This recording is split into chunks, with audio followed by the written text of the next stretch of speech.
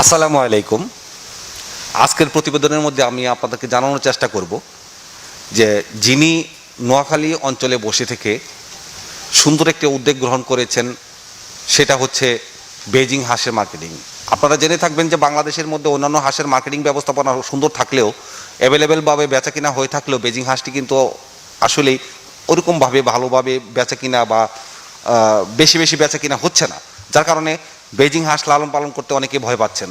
Beijing হাঁসের marketing বা Beijing হাঁসগুলি বিক্রি করার সুন্দর ব্যবস্থাপনা বিক্রি করার ব্যবস্থাপনা চালু করেছেন আমাদের নোয়াখালী অঞ্চলের আলমদিনা হাঁস ফার্ম। আজকে তার কাছ থেকে আমরা জানার চেষ্টা করব যে বেজিং হাঁসটা কিভাবে আমরা ব্রুডিং করব, বা ব্রুডিং করার পরবর্তীতে আমাদের যে খাবারগুলো খাওয়াতে হয় বেজিং হাঁসকে, তারা তো খাবার তো বেশি খায়, তাদেরকে কী ধরনের খাবার খাওয়ালে নির্দিষ্ট সময়ে 90 বা 100 দিন পরে এই হাঁসটা অতিরিক্ত ওজন হবে এবং সেই হাঁসটা বিক্রি করে আমরা লাভবান হতে পারবো।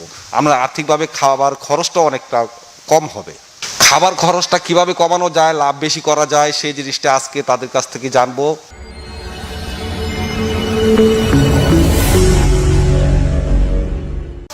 প্রিয় খামারি ভাই ও বোনেরা, আসসালামু আলাইকুম রহমতুল্লাহি বারাকাতুহু। আমি আজকে আপনাদের সামনে বেজিং হাঁসের বাচ্চা ব্রুডিং ব্যবস্থাপনা এবং খাবার ব্যবস্থাপনা নিয়ে আলোচনা করব। আমি আপনাদেরকে বেজিংয়ের বাচ্চা দিচ্ছি এবং 90 থেকে 100 দিন পরে এই বেজিংগুলো বড় হওয়ার পরে আমি আবার আপনাদের থেকে কিনে দিয়ে যাচ্ছি। যেহেতু বেজিং হাঁসের আমি মার্কেটিং করতেছি, সেক্ষেত্রে এই বাচ্চাটা কীভাবে পারলে আপনারা উপকৃত হতে পারবেন বা লাভবান হতে পারবেন এবং আমি নিজেও লাভবান হতে পারবো, সে সুবাদে আমি নিজে আপনাদেরকে একটা গাইডলাইন তৈরি করে দিচ্ছি। আপনারা যদি আমার গাইডলাইন মতো চলেন, মানে হাঁসের বাচ্চাগুলোকে গড়ে তুলতে পারেন, তাহলে ইনশাল্লাহ আমি আশা করি আপনারা লাভবান হতে পারবেন। সেক্ষেত্রে বেজিং হাঁসের বাচ্চাগুলো নেওয়ার পরে সেম খাকি ক্যাম্বেল এবং অন্যান্য বাচ্চার মতো প্রথমে আপনারা হাঁসের বাচ্চাগুলো নেওয়ার পরে বুডারে ছাড়িয়ে দেবেন।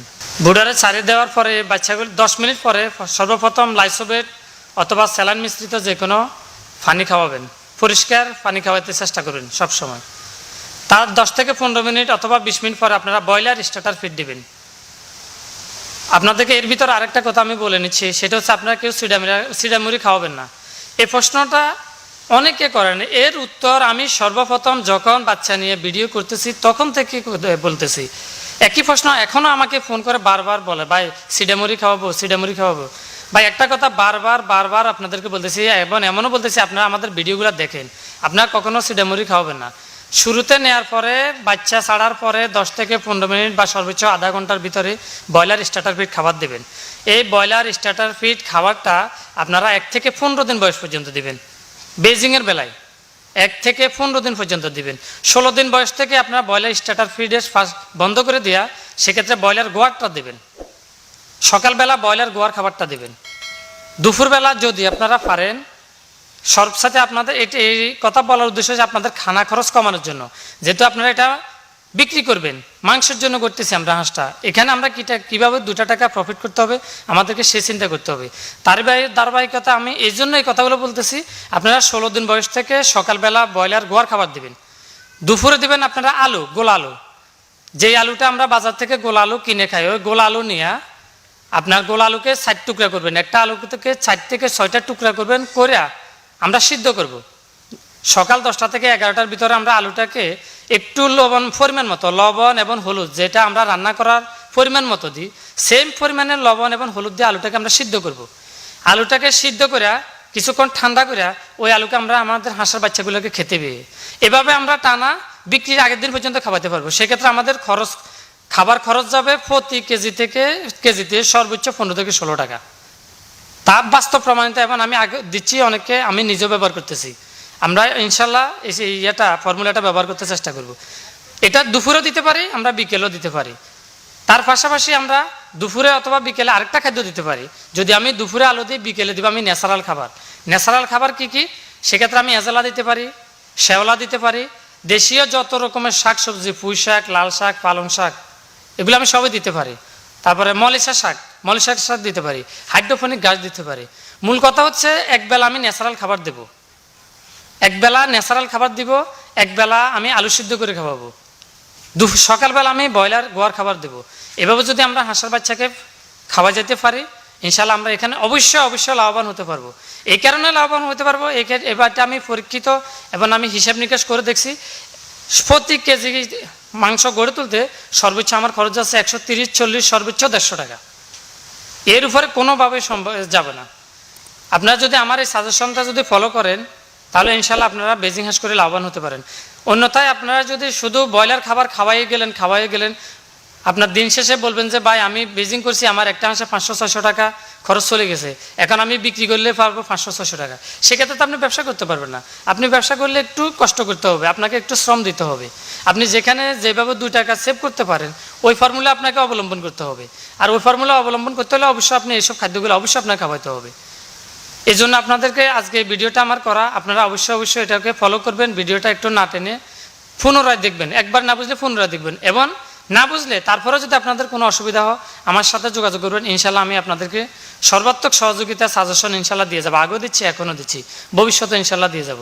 অনেকে ফোন করে বলেন ভাই রানা ভাইয়ের ভিডিও তো আপনার চ্যানেল রানা ভাই করতেছে বা কৃষি প্রতিদিন করতেছে, ওখানে মাঝে মাঝে আপনার চ্যানেল পাচ্ছি না। আসলে ওখানে তো 1-2টা ভিডিও না, ওনার শত ভিডিও।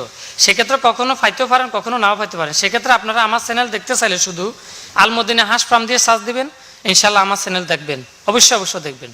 আমি এভাবে পরিচালনা করতেছি, আপনাদেরকে বাচ্চা দিয়ে এবং আমি কিনে নিয়ে যাচ্ছি এবং মার্কেটিং ব্যবস্থা করতেছি।